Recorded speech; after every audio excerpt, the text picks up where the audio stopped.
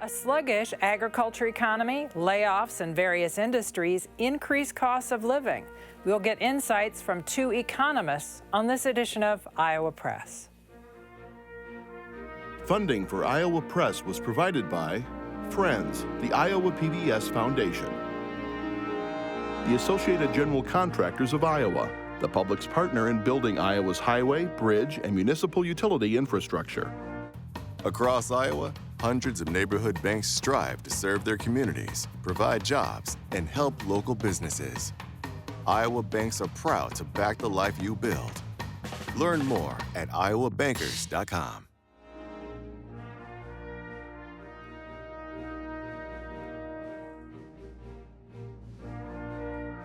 For decades, Iowa Press has brought you political leaders and newsmakers from across Iowa and beyond, celebrating more than 50 years on statewide Iowa PBS. This is the Friday, July 4th edition of Iowa Press. Here is Kay Henderson. So, is the economy up or down, or I guess it's all around us, and our two guests today know a lot about the economy, and they've been previous guests on this show. Let's welcome them back. Peter Orazem is an Iowa State University professor of economics, and he's right now today the interim department chair at Iowa State University's Department of Economics. Welcome back. Well, thanks for having me. And congratulations. And Chad Hart is a professor of economics at Iowa State University, and his expertise is in agriculture and finance. Yes, ma'am. Thank you. Joining our conversation today is, my goodness, Stephen Gruber-Miller of the Des Moines Register and Erin Murphy of the Gazette and Cedar Rapids. And before we let Erin ask a question, just for our viewers, we need to announce that we are recording this on Wednesday to accommodate everyone's schedules over the holiday. So some things that you may know on Friday or Sunday, we don't know on Wednesday. Well, let me ask you folks both. Kay mentioned, is the economy up or down? By one measurement, we have a recent report, federal data, that said Iowa's GDP grew by negative 6.1% in the first quarter of the year. And not only is that down, that's much worse than almost all the rest of the states in the country. Nebraska nearby also had the same number. Peter, let's start with you. Why such a rough number for Iowa in the first quarter of 2025? Well, Iowa has not been doing particularly well compared to the rest of the U.S. for many years. So we started growing more slowly than the U.S. in 2018. And if you go back to the start of the pandemic, we've actually not added any jobs. So I don't think Iowa's been doing particularly well, not just in the last quarter, but for the last 7 years. And Chad Hart, 22% of Iowa's economy is related to ag. Is there anything going on in the ag economy? And we'll get deeper into that later, but as we look at this recent number, these recent struggles, does the ag sector play into that? Well, the ag sector took a step back actually a couple of years ago, and I would say we're still feeling the ramifications of that. If you look at our GDP, the ag drop really happened in 2024, and now I think what you're seeing is the follow-through effect of that. Because when we think about agriculture here in Iowa, it impacts all the other sectors as well. When you think about one of our largest sectors, government-wise, Department of Agriculture. When you think about what's the biggest thing on the real estate side, that's farmland values. Insurance, the crop insurance industry is a major industry here. And so when you think about ag slows down, all these other industries related to that slow down as well. To either of you, maybe help us understand why is Iowa struggling more than other states? And again, especially in this most recent quarter, Iowa and Nebraska so much more, even the neighboring states, relatively speaking, like South Dakota, Missouri, and Nebraska. Either of you gentlemen want to weigh in on why it was such a rough quarter here? Well, if you go back to the pandemic, atypically the people who left the labor market were people over the age of 55. And Iowa goes into the pandemic as one of the older labor forces in the country. And so one of the problems that Iowa has faced since the pandemic recovery has been we simply don't have enough workers to fill jobs, and atypically compared to other states. So Florida is old, but the old people in Florida were Iowans who went to Florida because they didn't want to continue working. The Iowans who were continuing working stayed here. The other problem is immigration. So immigration was pretty much cut down during the pandemic and has continued to be relatively slow in the post-pandemic recovery. 38% of Iowa's population growth has been immigration since 2000. So atypically, we rely on immigrants to help shore up our relatively slow population growth. And I think the labor market, lack of workers, has been one of the reasons why Iowa's performed relatively poorly over the last 6 years. And then I'll play off of that. When you're thinking about the agricultural economy, Iowa tends to be more crop focused, and arguably it's the crop side of agriculture that's struggling more than livestock right now.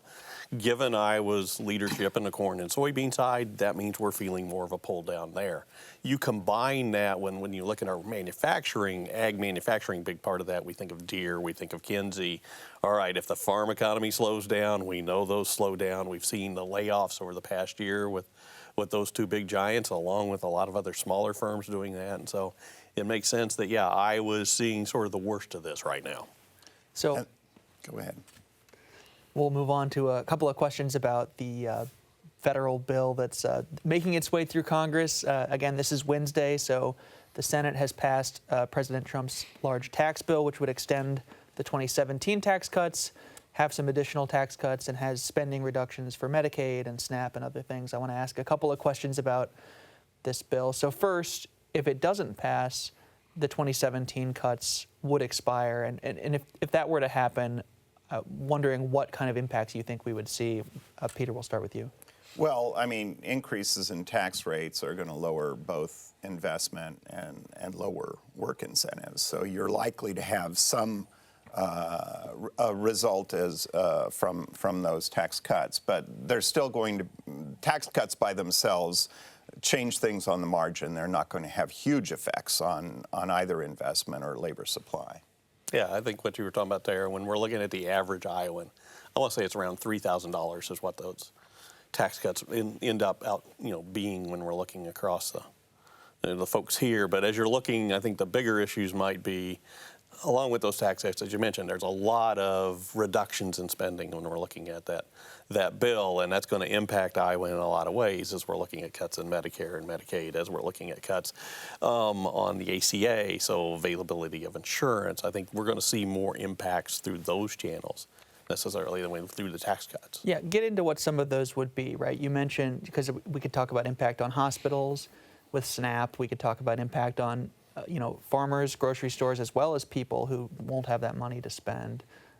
Can you help us understand what some of those ripple effects could be? Well, if they don't pass the law, the new law, then some of the old SNAP benefits and Medicare benefits continue on. So there's sort of some positives and some negatives, I think, if you look at it that way. If it were to pass, though. If it were to pass, one of the potential issues for Iowa is the rollback of subsidies for wind energy, which of course has been an area of growth for the Iowa economy for many years. And so that would be one of the things that you might see is a reduction in new investment in wind generation.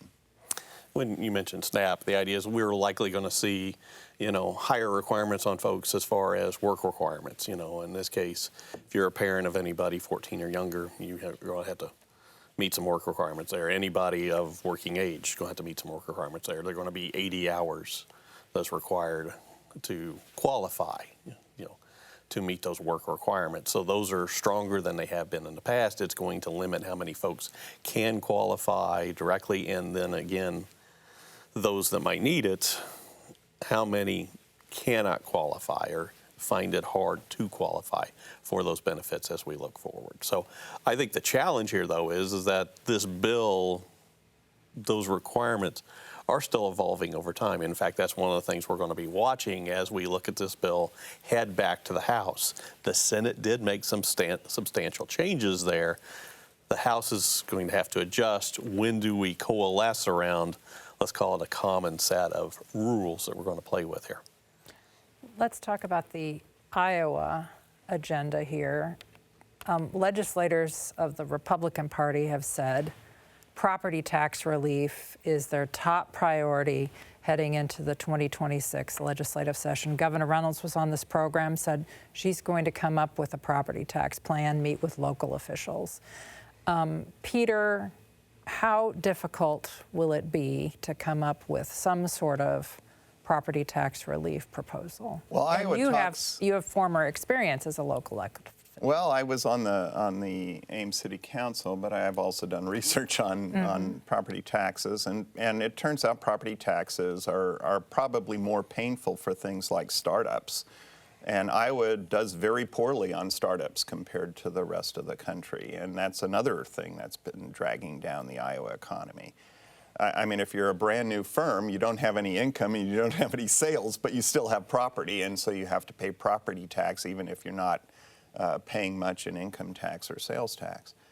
And so, but of course the property tax is a local government initiative, and the state restricts the ability of the local government to use other taxing methods, right? So the sales tax may be relatively modest in terms of its adverse economic effects compared to the property tax, but we limit the ability of the local government to use sales tax. And so if they want to cut back on property tax, I think they have to think about their taxes more broadly and whether or not we want to allow local governments to meet their financial needs using some of the other perhaps less damaging or less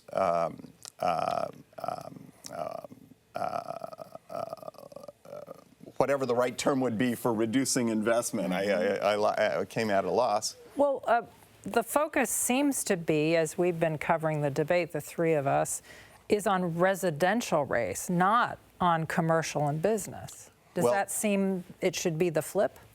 Well, a long time ago, Iowa decided to tax residential property at about half the rate of commercial property.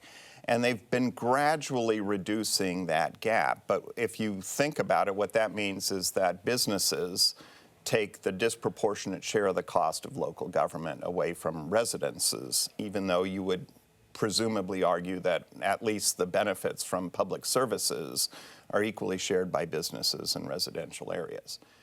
I'm not entirely sure what they plan to do for residential areas, but one thing you can say is residences vote and businesses don't. So from that perspective, my guess is it might be a little bit difficult to rebalance the burden away from businesses toward residential property owners. The ag land in Iowa is taxed on a productivity formula, and we're not going to have a quiz about how it works. Darn it. But you earlier mentioned that, you know, the value of farmland is kind of an issue in the whole evolving ag economy. If there were a property tax relief plan that addressed residential and maybe business and not ag land, would that have an effect on the ag community? I mean, it could have an impact on the ag community, but when we're looking here as well, one of the big challenges when you're looking at agriculture, so as we already mentioned, the ag economy is already struggling. Are you looking to necessarily increase the tax burden on a sector that is already dealing with its own financial problems here?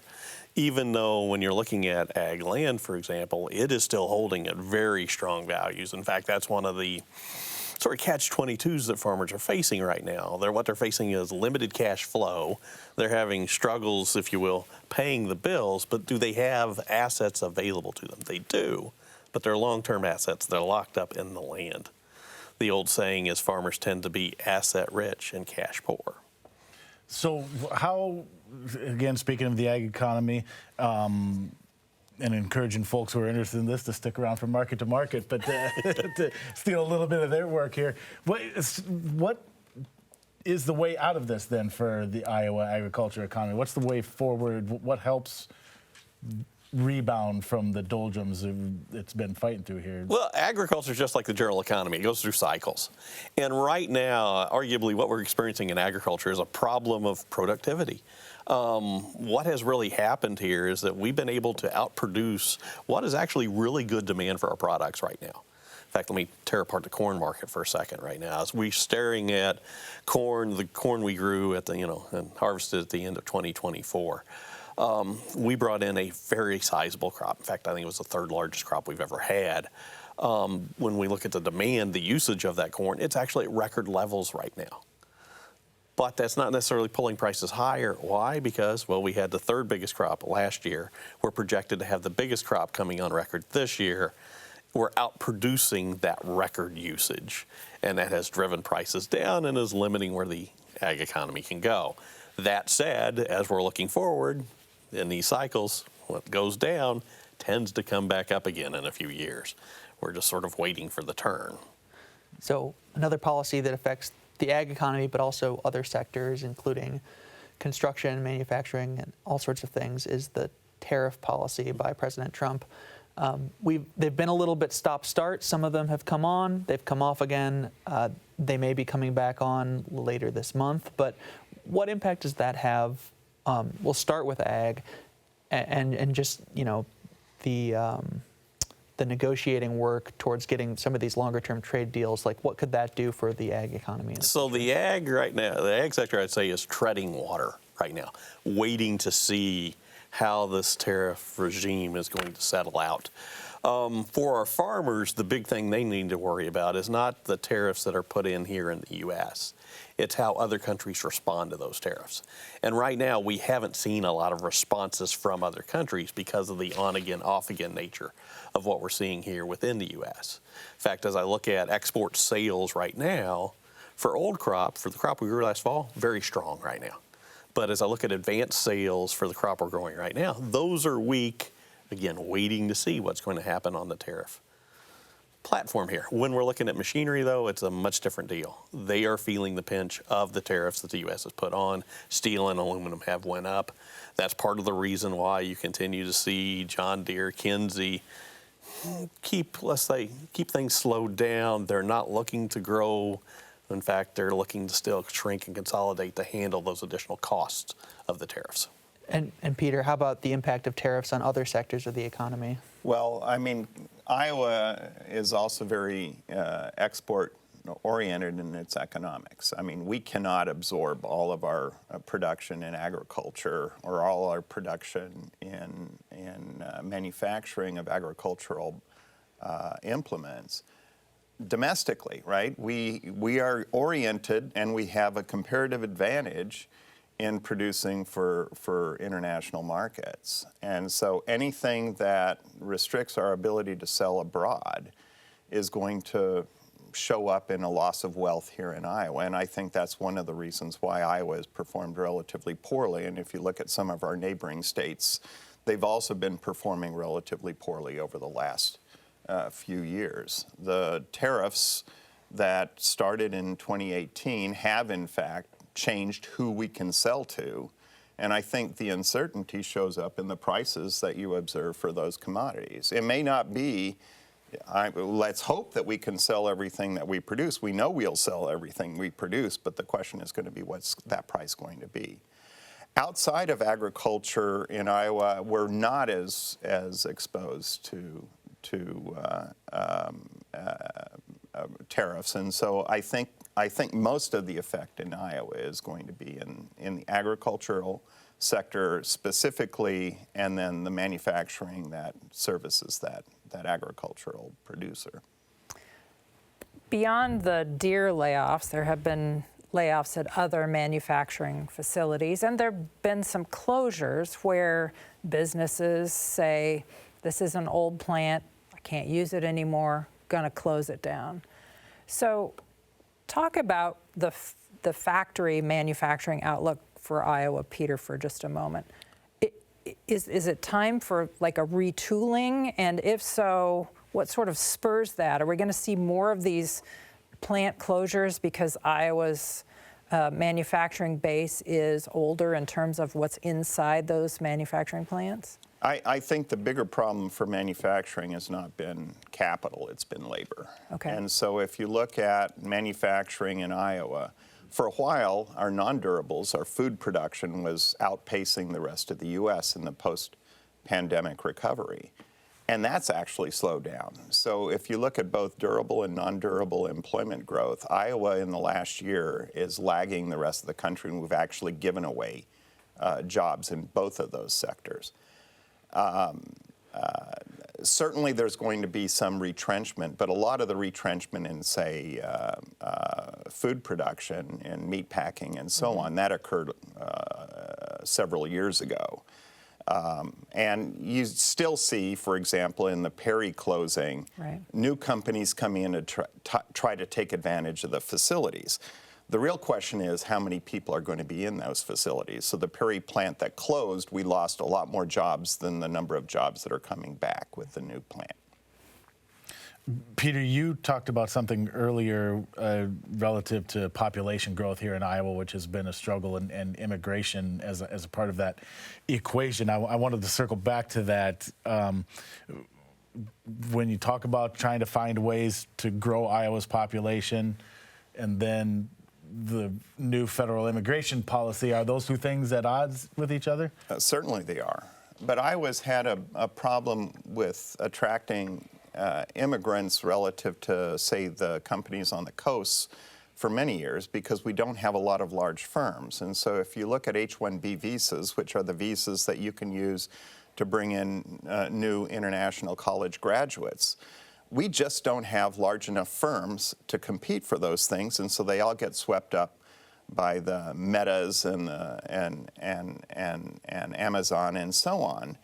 And for example, I had a student who was a double major in aeronautical engineering and economics. She could not get a job in the United States because she could not get an H-1B visa. Our companies are at a disadvantage here in Iowa, and I think politically we should be thinking of ways of changing the rules on H-1B visas so smaller companies can attract as well as larger companies, perhaps by pooling the H-1B visas at the state level.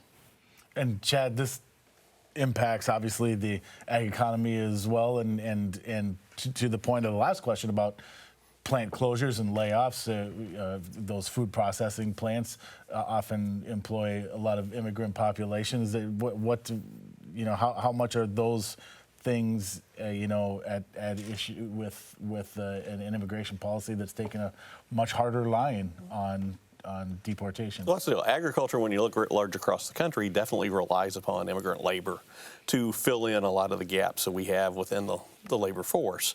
When we're looking here in Iowa, it tends to be more focused on, as you say, meat processing, where we do see the larger impacts. But even when we're talking about on the farm, you do see immigrant labor being used on the farm as well. In fact, Iowa farmers are fairly aggressive in trying to bring in international labor to help them along, especially skilled labor when it comes to some of our larger farms within the state. So yeah, immigration definitely matters when it comes to Iowa agriculture, and that's one of the challenges. Everybody right now across the state is scrambling to find the skilled labor that they need.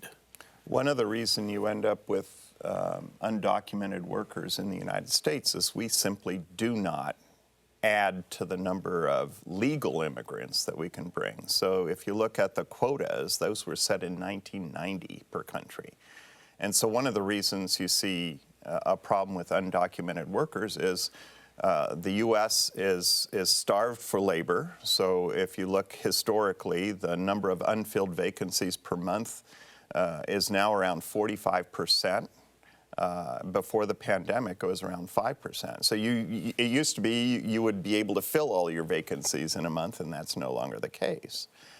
But if you look, for example, at the rules for legal agricultural labor, here in Iowa, most of the agricultural labor is going to be used in raising livestock.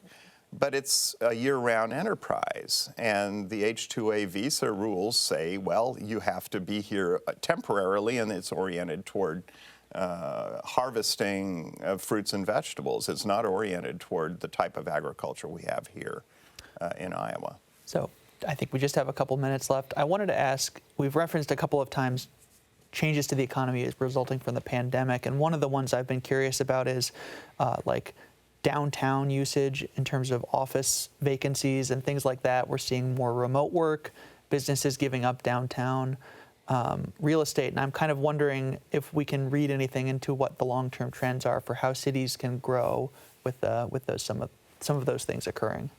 Well, I mean, Des Moines certainly sees some of that. So you see some repurposing of buildings. It's not as easy as I would have thought to convert an office building into, say, high-rise apartments, because the plumbing isn't oriented toward having a lot more bathrooms, for example, interspersed through all the floor space. But I think you're going to see, perhaps less so in Des Moines. I mean, the places where you see the biggest drops in rents are in places like San Francisco and New York, where the rents were astronomically high to begin with, and a company has every incentive to shrink their exposure to those costs and let people work from someplace else. Well, we have to call this discussion to a close at this moment. Thank you both for being here today. Thank you. Thanks for having us. You can watch every episode of Iowa Press at iowapbs.org. For everyone here at Iowa PBS, thanks for watching today.